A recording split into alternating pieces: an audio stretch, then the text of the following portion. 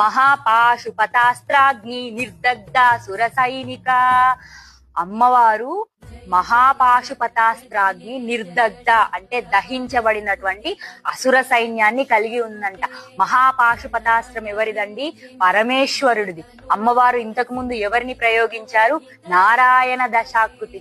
అజ్ఞానం అనే బండాసురుని గెలవడం కోసం అమ్మవారు శ్రీశక్తి, భవశక్తి, శివశక్తి, హరిశక్తి, భైరవి, శాంభవి, జంబూకేశ్వరము నేలే అఖిలాండ ఈశ్వరికే అజ్ఞానం అనే బండాసురుణ్ణి గెలవడం అనేది అంత కష్టతరమైందన్నమాట. ఎందుకంటే మనకి ఎంతసేపు పుస్తకాన్ని కింద పెట్టారు, దీపానికి 2 ఒత్తులు పెట్టారు, ఎడమ వైపు పెట్టారు, కుడి వైపు పెట్టారు అని ఎంతసేపు ఈ అజ్ఞానము సాత్విక అహంకారంలోనే ఉండిపోతాం. కాబట్టి ఈ చిత్తము, అజ్ఞానము, మనస్సు, ఈ అహంకారాన్ని గెలవడం అనేది అంత అజ్ఞానం. కాబట్టి ఆ అజ్ఞానంని గెలవడం కోసం అమ్మవారు మహాపాశుపతాస్త్రాన్ని రాక్షసుల యొక్క సైన్యం పైన ప్రయోగింపజేశారంట.